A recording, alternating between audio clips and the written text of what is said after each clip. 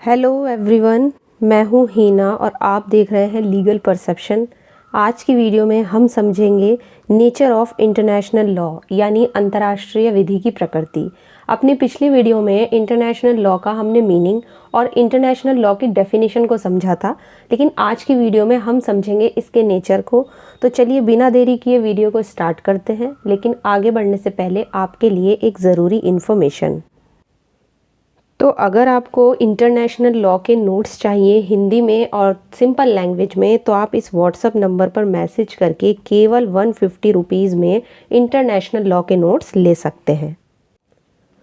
तो international law का nature समझने से पहले, जैसा कि हम पिछली वीडियो में समझ चुके हैं कि इंटरनेशनल लॉ क्या होता है, तो इंटरनेशनल लॉ एक ऐसा लॉ है जो दो या दो से ज़्यादा नेशंस के बीच में जो रिलेशंस होते हैं उनको रेगुलेट करता है। तो एक ऐसा लॉ है इंटरनेशनल लॉ।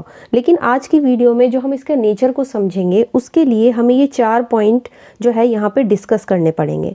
ये जो पॉइंट्स हैं इनके बेसिस पर ही हम ये देखेंगे कि इंटरनेशनल लॉ का बेसिकली नेचर क्या है, इसकी प्रकृति कैसी है।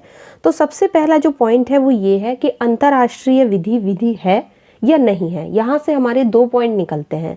एक ये है कि इंटरनेशनल लॉ एक लॉ है, और दूसरा पॉइंट ये है कि इंटरनेशनल लॉ एक लॉ नहीं है। जो थर्ड पॉइंट है वो ये है कि क्या इंटरनेशनल लॉ एक वीक लॉ है। इसको भी हम समझेंगे, क्योंकि एग्जाम में सीधा यहाँ से डायरेक्टली आपसे क्वेश्चन पूछ लिया जाता है कि इंटरनेशनल लॉ को एक वीक लॉ कहा जाता है।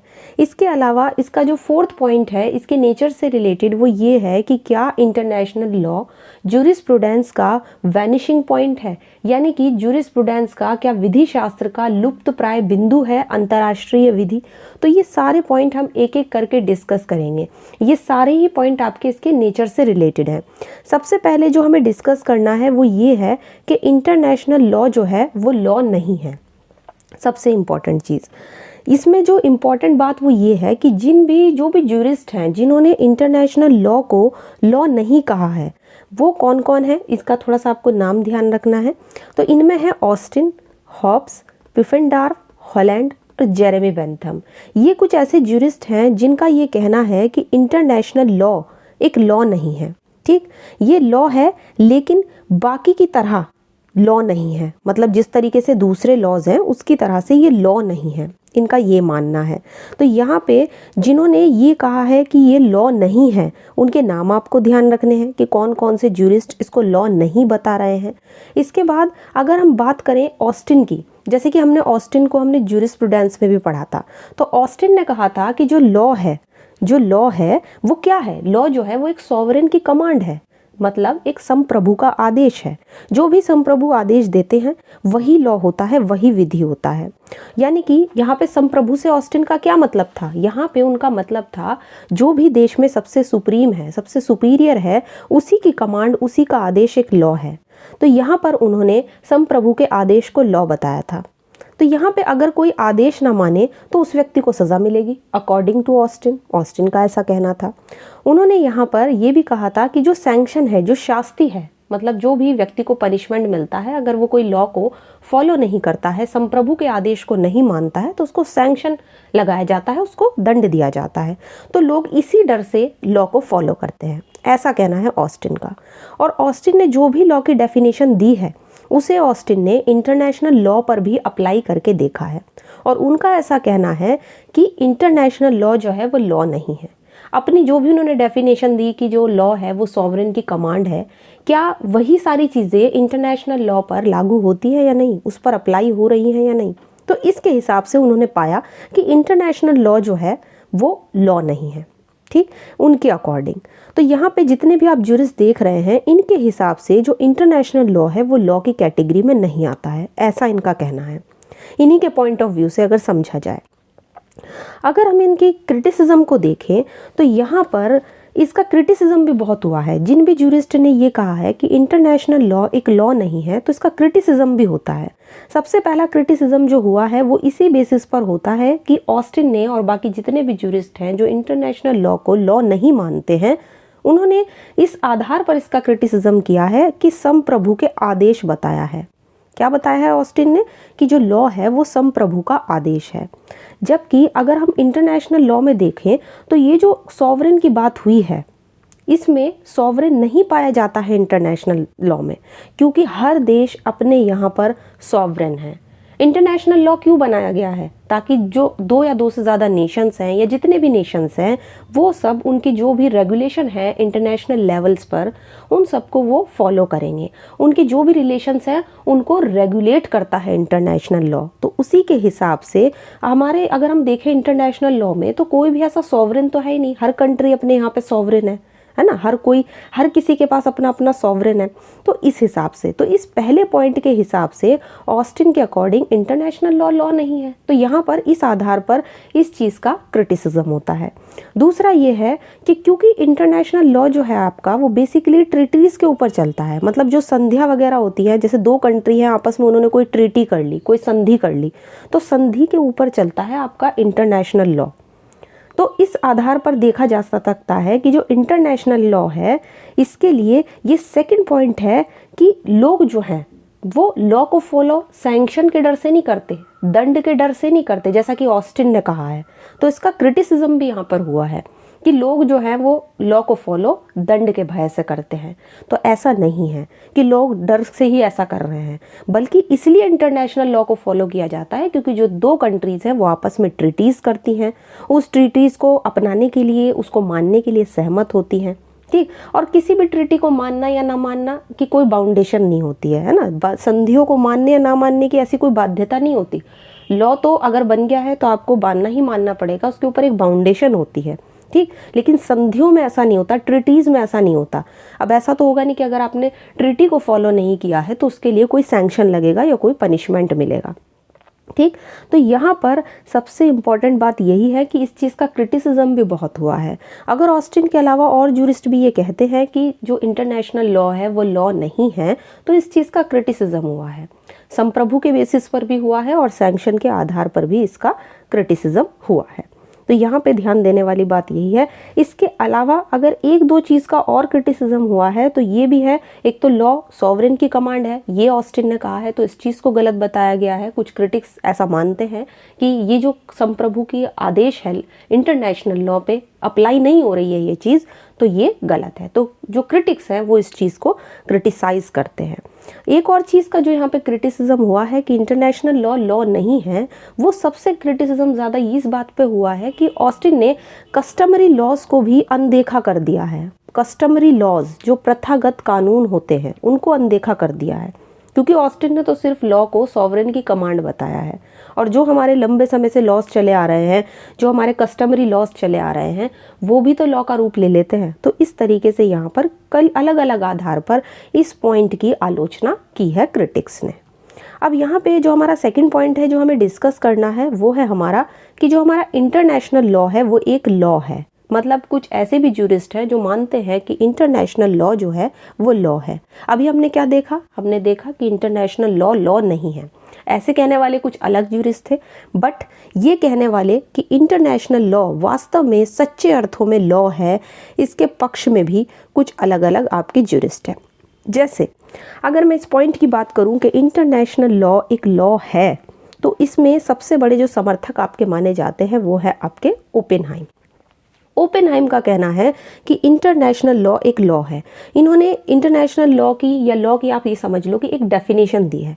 इनके हिसाब से जो लॉ है वो समुदाय के अंदर मनुष्य के आचरण के लिए नियमों का एक समूह है। मतलब अगर कोई भी लॉ बनाया जाता है तो वो एक कम्युनिटी के अंदर मनुष्य के आचरण को, जो भी लोगों का कंडक्ट है, जो ह्यूमन बींग्स का कंडक्ट है, उसके लिए जो भी नियम बनाए जाते हैं उसका एक ग्रुप है, उन नियमों का एक समूह है, जो समुदाय की सामान्य सहमति के द्वारा, बाहरी शक्ति के द्वारा मनवाई जाएगी।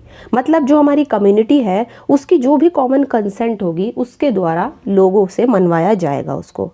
इसीलिए जब हम ओपेनहाइम की डेफिनेशन पढ़ते हैं तो उसमें 3 तरह के मेन इंपॉर्टेंट असेंशियल्स हमारे सामने आते हैं। सबसे पहला जो असेंशियल है वो है बॉडी ऑफ रूल्स। तो यहाँ पे जब हम ये डेफिनेशन पढ़ते हैं तो आपको इन 3 पॉइंट को ध्यान रखना है। सबसे पहले बात हो रही है बॉडी ऑफ रूल्स की, यानी कि यहाँ पे नियमों के समूह की बात की है ओपेनहाइम ने। सेकेंड है समुदाय, कम्युनिटी की बात वो करते हैं कि कम्युनिटी के लिए बनाया जाता है। और थर्ड पॉइंट यहाँ से निकल के आता है समुदाय की सामान्य सहमति, यानी कॉमन कंसेंट ऑफ कम्युनिटी। तो यहाँ पर ये 3 पॉइंट निकल के आते हैं। ठीक, अब यहाँ पे देखो इंटरनेशनल लॉ एक लॉ है, इसको कहने वालों में स्टार्क का भी नाम आता है। यानी कि एक तो आपके ओपेनहाइम हो गए जो ये मानते हैं कि इंटरनेशनल लॉ एक लॉ है, इसके अलावा स्टार्क भी एक ऐसे जूरिस्ट आप कह सकते हो जिन्होंने माना है कि इंटरनेशनल लॉ एक लॉ है। ठीक, और ये भी माना जाता है कि केवल सुपीरियर अथॉरिटी के द्वारा, मतलब जो लोग ये मानते हैं कि इंटरनेशनल लॉ एक लॉ है, उनके अकॉर्डिंग केवल सुपीरियर अथॉरिटी, जैसा कि ऑस्टिन ने कहा है कि सॉवरेन की कमांड ही लॉ है, इनके अकॉर्डिंग ये कहना है कि सुपीरियर अथॉरिटी द्वारा बनाए गए रूल्स को ही आप लॉ नहीं मानोगे। ठीक, अब यहाँ पे हमने जैसे ओपेनहाइम की डेफिनेशन देखी, ये तो थी स्टार्क की बात जो भी हमने समझी, लेकिन ओपेनहाइम की जब हम डेफिनेशन देखते हैं तो ये 3 पॉइंट निकल के आते हैं। ठीक, तो इंटरनेशनल लॉ में ये सारे एसेंशियल्स हैं जो जैसा कि ओपेनहाइम ने कहा है। सबसे पहले उन्होंने जो बात की है वो की है बॉडी ऑफ रूल्स की, यानी कि नियमों के समूह की। तो यहाँ पर इन्होंने कहा है कि बॉडी ऑफ रूल्स वो होते हैं जो इंटरनेशनल कम्युनिटी बनाती है। हमारा इंटरनेशनल लेवल पे जो भी समुदाय हैं वो जो भी रूल्स बनाएगी उनका ग्रुप ही वो रूल्स हमारे इंटरनेशनल लॉ में होते हैं। जैसे कि इसमें क्या आ सकता है, इसमें आपका आ सकता है कन्वेंशंस वगैरह, जो भी अभिसमय होते हैं, जो भी ट्रिटीज़ होती हैं वो आपके बॉडी ऑफ रूल्स में आते हैं। तो इंटरनेशनल लॉ में हमें तो ट्रिटीज़ तो मिलती ही है, कन्वेंशंस भी होते हैं, अंतर्राष्ट्रीय स्तर पर होते हैं। तो सबसे पहली चीज़ ये उन्होंने अपनी साबित की है। सेकंड चीज़ जो उन्होंने बताया है वो है कम्युनिटी, यानी कि इनका कहना ये है ओपेनहाइम का कि इंटरनेशनल लेवल पे एक कम्युनिटी होनी चाहिए। और जैसा कि ओपेनहाइम ने बताया है कि इंटरनेशनल लेवल पे एक कम्युनिटी होनी चाहिए जो अपनी कॉमन कंसेंट दे दे, अपनी सामान्य सहमति दे दे कि ये रूल्स हमारे ऊपर भी अप्लाई हों। तो इस तरीके से इंटरनेशनल लॉ में हमें ये सारी चीज़ें दिखती हैं। और थर्ड चीज़ उसकी कॉमन कंसेंट, अभी तो हमने पढ़ा कि बॉडी ऑफ रूल्स होते हैं, जो इन्होंने बताया बॉडी ऑफ रूल्स के रूप में क्या होता है इंटरनेशनल लॉ में, कन्वेंशंस होते हैं, ट्रिटीज़ होती हैं। सेकंड, कम्युनिटी होनी चाहिए और उस कम्युनिटी की कॉमन कंसेंट होनी चाहिए। तो कॉमन कंसेंट में हमें दिखाई देती है ना, कोई भी कंट्री है जब आपस में संधि करती है, ट्रीटी करती है, और जब वो संधि करेगी, ट्रीटी करेगी, तो बेसिकली वो अपने ऊपर उसको बाइंडिंग तो मानेगी ना। और ये सब चीज़ें बाइंडिंग होने के लिए, इन बॉडी ऑफ रूल्स को बाइंडिंग होने के लिए ये सारे पॉइंट होने चाहिए इंटरनेशनल लॉ में। और जैसी डेफिनेशन ओपेनहाइम ने दी है उनके अकॉर्डिंग ये तीनों पॉइंट हमें इंटरनेशनल लॉ में मिलते हैं। बॉडी ऑफ रूल्स भी मिलता है, चाहे आप कन्वेंशंस के रूप में ले लो, ट्रीटीज़ के रूप में ले लो, कम्युनिटी भी होती है इंटरनेशनल लेवल पे, और साथ ही उस कम्युनिटी की कॉमन कंसेंट भी होती है जब वो कोई ट्रीटी वगैरह करती है। तो ये सब अपने ऊपर बाइंडिंग होने के लिए ये सारे पॉइंट इंटरनेशनल लॉ पे भी अप्लाई होते हैं अकॉर्डिंग टू ओपेनहाइम। तो ओपेनहाइम ने इसीलिए इंटरनेशनल लॉ को एक लॉ माना है। अच्छा, अब इंटरनेशनल लॉ एक लॉ है तो इसके संबंध में कुछ तर्क भी दिए जाते हैं। जैसे अभी हमने पढ़ा था कि इंटरनेशनल लॉ एक लॉ नहीं है क्योंकि ऑस्टिन ने उसे सॉवरेन की कमांड बताया है, और उन्होंने अपने पॉइंट को किस तरीके से बताया है कि कमांड होती है सॉवरेन की, और उसके साथ ही उसमें सैंक्शन भी होना चाहिए। अगर लोग दंड नहीं होगा तो लोग उसका पालन नहीं करेंगे, और लोग जो है वो लॉ को इसलिए मानते हैं क्योंकि उसके पीछे दंड होता है, दंड के डर से लोग लॉ को मानते हैं। बट अब इंटरनेशनल लॉ एक लॉ है, इस संबंध में भी तो कुछ तर्क दिए गए हैं। जैसे कि ओपेनहाइम है, स्टार्क हैं, या कुछ और ऐसे ही ज्यूरिस्ट हैं जिन्होंने माना है कि इंटरनेशनल लॉ एक सच्चे अर्थ में लॉ है। तो इस संबंध में इन्होंने कुछ पॉइंट्स बताए हैं। जैसे सबसे पहला पॉइंट है यह है कि विधि जो है शब्द को प्रभुसत्ता वाले अधिकार द्वारा बनाए गए नियमों तक आप सीमित नहीं रख सकते। सबसे पहला पॉइंट जो इन्होंने बताया है अपने पक्ष में, मतलब जो ये कहना चाह रहे हैं कि इंटरनेशनल लॉ एक लॉ है, उसमें इन्होंने यही बताया है कि जो लॉ वर्ड है, जैसे इंटरनेशनल लॉ के साथ भी लॉ वर्ड जुड़ रहा है, तो ये जो लॉ वर्ड है इनके हिसाब से ये है कि इस वर्ड को आप केवल एक ऐसे चीज़ तक मतलब सीमित नहीं रख सकते जिसके पास सॉवरेनिटी हो। तो सॉवरेनिटी वाले अधिकार के द्वारा बनाए गए जो भी रूल्स है ना, आप उस तक इंटरनेशनल लॉ को सीमित नहीं रख सकते। इसमें कस्टमरी लॉज भी आ जाते हैं, ट्रीटीज़ होती हैं, कन्वेंशंस होते हैं। तो सिर्फ ये कहना कि एक सॉवरेन की जो कमांड है सिर्फ वही लॉ है, ऐसा आप नहीं कर सकते हो। तो सबसे पहला जो तर्क इन्होंने अपने पक्ष में दिया है वो यही है कि लॉ जो है वो एक वाइड मतलब शब्द है, और इसको आप केवल प्रभुसत्ता वाले अधिकार के द्वारा जो भी रूल्स वगैरह बनाए गए हैं उस तक आप इसको सीमित नहीं रख सकते हो। फर्स्ट पॉइंट जो है वो आपको ये देखना है। नेक्स्ट ये है जो पॉइंट है वो है इंटरनेशनल, जो हमारे लेवल पे जो भी ट्रीटीज़ होती है उनके नियम। तो सबसे इम्पॉर्टेंट पॉइंट यहाँ से जो निकल के आता है वो यही है कि इंटरनेशनल लॉ में बहुत सारे लॉज बनाए जाते हैं और उन लॉज को बनाने से जो भी ट्रीटीज़ होती हैं या जो भी ट्रीटीज़ की जाती है लॉ के निर्माण के लिए, वो भी बहुत ही इंपॉर्टेंट रोल प्ले करती हैं। अब जैसे हम यहाँ पे एग्जाम्पल के तौर पे ले सकते हैं कि कौन कौन से नियम होते हैं, जैसे कि हमारा जेनेवा अभिसमय, जो हमारा जेनेवा कन्वेंशन है जो इंटरनेशनल लेवल पर हुआ था, या हेग कन्वेंशन है, हेग कन्वेंशन हुआ था। तो ये जितने भी कन्वेंशंस थे इनके लिए यहाँ पर अधिकतर जो लॉ का निर्माण करने वाली ट्रीटीज़ है वो लॉ के नियम है। ठीक, तो ये ध्यान रखना है। तो इस तरीके से इंटरनेशनल लेवल पे जो भी कन्वेंशंस होते हैं, जो भी ट्रीटीज़ होती हैं, वो भी इम्पॉर्टेंट रोल प्ले करती हैं इंटरनेशनल लॉ में, और इस आधार पर हम कह सकते हैं कि इंटरनेशनल लॉ एक लॉ है। नेक्स्ट आता है हमारे प्रथा संबंधी नियम, यानी कि जो भी हमारे कस्टमरी लॉज हैं, ठीक, जो भी हमारे कस्टम्स हैं, जो भी कस्टमरी लॉज हैं, उनको भी हमें अनदेखा नहीं करना चाहिए, क्योंकि कस्टमरी लॉज भी इंटरनेशनल लॉ में बहुत ही इंपॉर्टेंट रोल प्ले करते हैं। थर्ड आता है इंटरनेशनल सम्मेलन और अभिसमय। अब जो देखो, जो इंटरनेशनल लेवल पर जो भी कन्वेंशंस होते हैं, जो भी अभिसमय होते हैं, इस आधार पर भी आप कह सकते हो कि इस आधार पर भी इंटरनेशनल लॉ एक लॉ है। तो इंटरनेशनल लेवल पे भी तो कस्टम जो होते हैं, कन्वेंशंस होते हैं, वो चीज़ ध्यान रखनी है। नेक्स्ट है इंटरनेशनल लॉ में दंड। अब देखो, ये कहा जाता है कि इंटरनेशनल लॉ में दंड नहीं है, लेकिन इंटरनेशनल लॉ में भले ही आप दंड को ना देखो, लेकिन इसका जब हम मान लो, अब जैसे कुछ जूरिस्ट ऐसे हैं जो इसका कंपैरिजन करते हैं स्टेट लॉ से, म्यूनिसिपल लॉ से इसका जो कंपैरिजन करते हैं कि इसमें पनिशमेंट नहीं है तो ये म्यूनिसिपल लॉ से कम है, लेकिन ऐसा नहीं है। ठीक, यहाँ पे भी दंड को लागू किया जा सकता है। ठीक, हालांकि उल्लंघन करने वाले पे कोई पनिशमेंट नहीं होता, लेकिन फिर भी इस बात से क्लियर हो जाता है कि भले ही इसमें दंड ना हो, लेकिन इस बेसिस पर भी आप केवल इन आधारों पर ही ये नहीं मान सकते हो कि इंटरनेशनल लॉ लॉ नहीं है। ये जितने भी पॉइंट्स हमने डिस्कस किए हैं, ये सारे के सारे आपको इंटरनेशनल लॉ में दिखाई देंगे, और ये जो पॉइंट्स हैं ये इस बात को क्लियर कर देते हैं कि इंटरनेशनल लॉ भी एक लॉ है। इसीलिए जो दो तरह के अभी हमने पॉइंट्स देखे, जैसे कि कुछ राइटर्स या जूरिस्ट ये कह रहे हैं कि इंटरनेशनल लॉ लॉ नहीं है, और कुछ ये कह रहे हैं कि इंटरनेशनल लॉ लॉ है, तो दोनों को हमने अध्ययन किया है। जिन्होंने अपने पक्ष में कुछ और तर्क रखे हैं और जो ये कह रहे हैं कि लॉ है, उन्होंने अपने पक्ष में क्या तर्क रखे हैं, तो दोनों को समझ के हम इसका नेचर समझ गए हैं। अभी हमें दो पॉइंट और डिस्कस करने हैं कि इंटरनेशनल लॉ एक वीक लॉ है और क्या ये जूरिस्प्रूडेंस का वैनिशिंग पॉइंट है। तो अब हम डिस्कस करेंगे उन दोनों पॉइंट्स को। अब हम डिस्कस करेंगे इसका थर्ड पॉइंट, यानी कि अंतर्राष्ट्रीय विधि शास्त्र का लुप्त प्राय बिंदु है। तो यहाँ पर यह भी माना जाता है कि international law is a vanishing point of jurisprudence. अच्छा, ऐसा किसने कहा है? कभी कभी सीधा एग्जाम में आपसे ये लाइन ही पूछ ली जाती है कि कौन है जिन्होंने ये कहा है कि अंतर्राष्ट्रीय विधि शास्त्र का लुप्त प्राय बिंदु है। तो आपको ध्यान रखना है, ऐसा कहना है हॉलैंड का। हॉलैंड के अकॉर्डिंग इंटरनेशनल लॉ विधि शास्त्र का लुप्त प्राय बिंदु है, मतलब वैनिशिंग पॉइंट है। हॉलैंड ऐसा क्यों कहते हैं?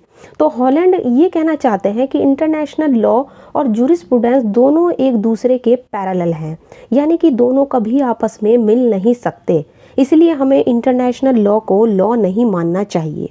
ठीक, उनका ये कहना है कि हमें अंतर्राष्ट्रीय विधि को लॉ की कैटेगरी में नहीं रखना चाहिए।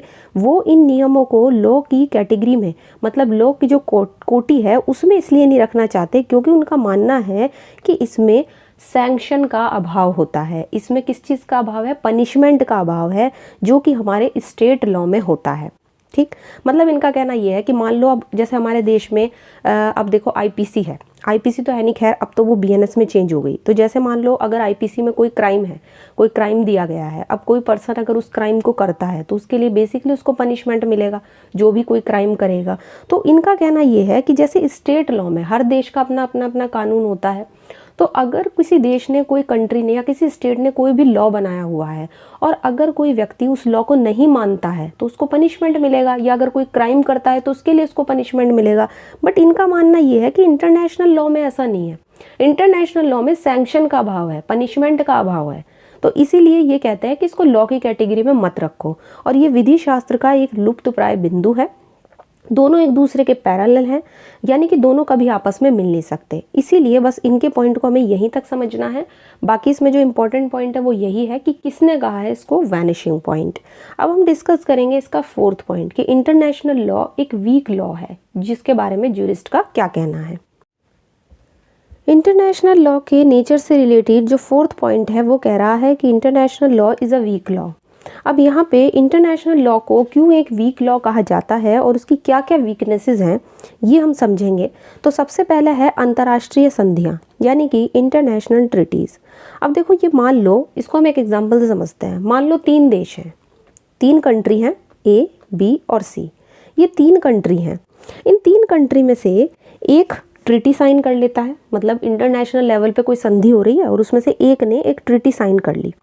एक ने साइन कर ली, अब मान लो बाद में दूसरे ने भी साइन कर ली, तो 2 देश हो गए अब ट्रिटी को साइन करने वाले। एक देश जो है वो संधि को साइन नहीं कर रहा, तो वो देश क्या फोर्सफुली बाइंडिंग है कि वो भी उस संधि को माने?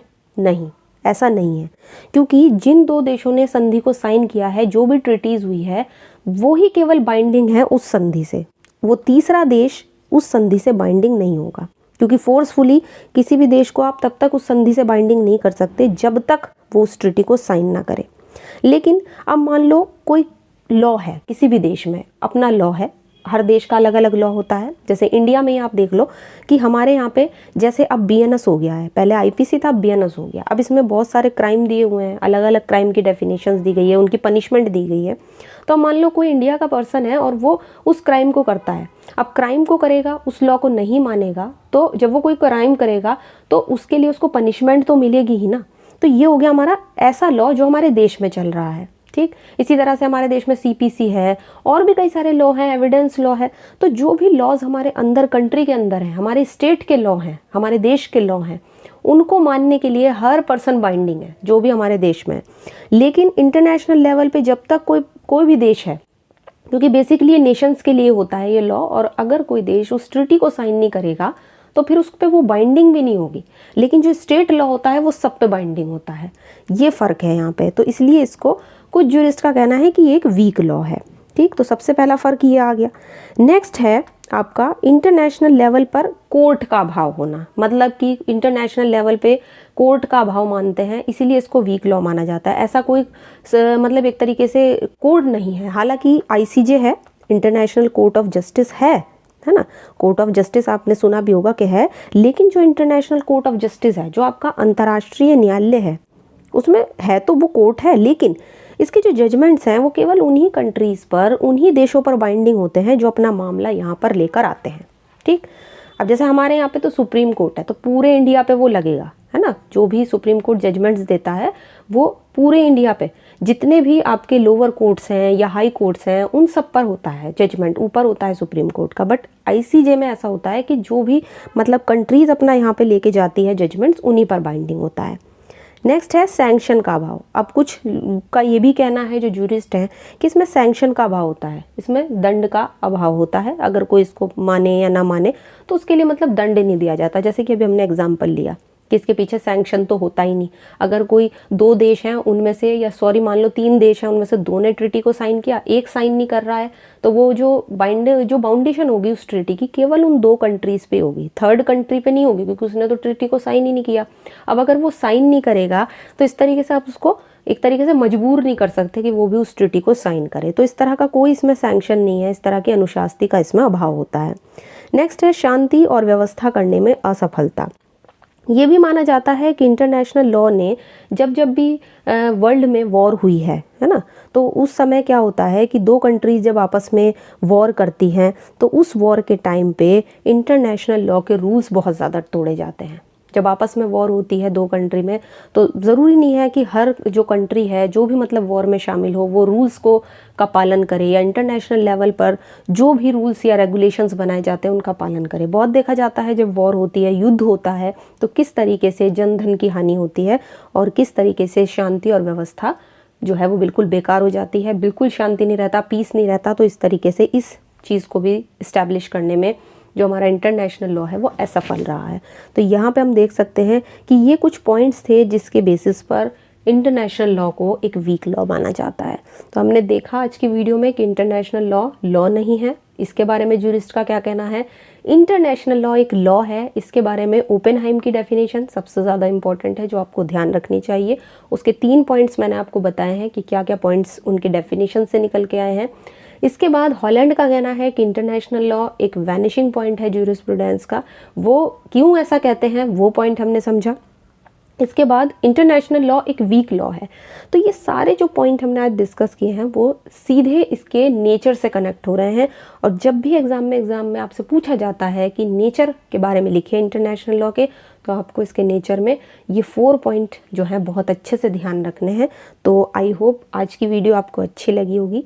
वीडियो अगर अच्छी लगी है तो इसको लाइक कर दीजिए, ज़्यादा से ज़्यादा शेयर कीजिए, और अगर चैनल पे नए हैं तो इसको सब्सक्राइब कर लीजिए। इसके अलावा आप चाहो तो हमको टेलीग्राम पे ज्वाइन कर सकते हैं, साथ ही आप चाहो टेलीग्राम पे ज्वाइन कर लिए, और जहाँ पे आपको ढेर सारे नोट्स और PDF मिल जाएंगे। तो आज की वीडियो में इतना ही, मिलते हैं नेक्स्ट वीडियो में इंटरनेशनल लॉ के एक नए टॉपिक के साथ।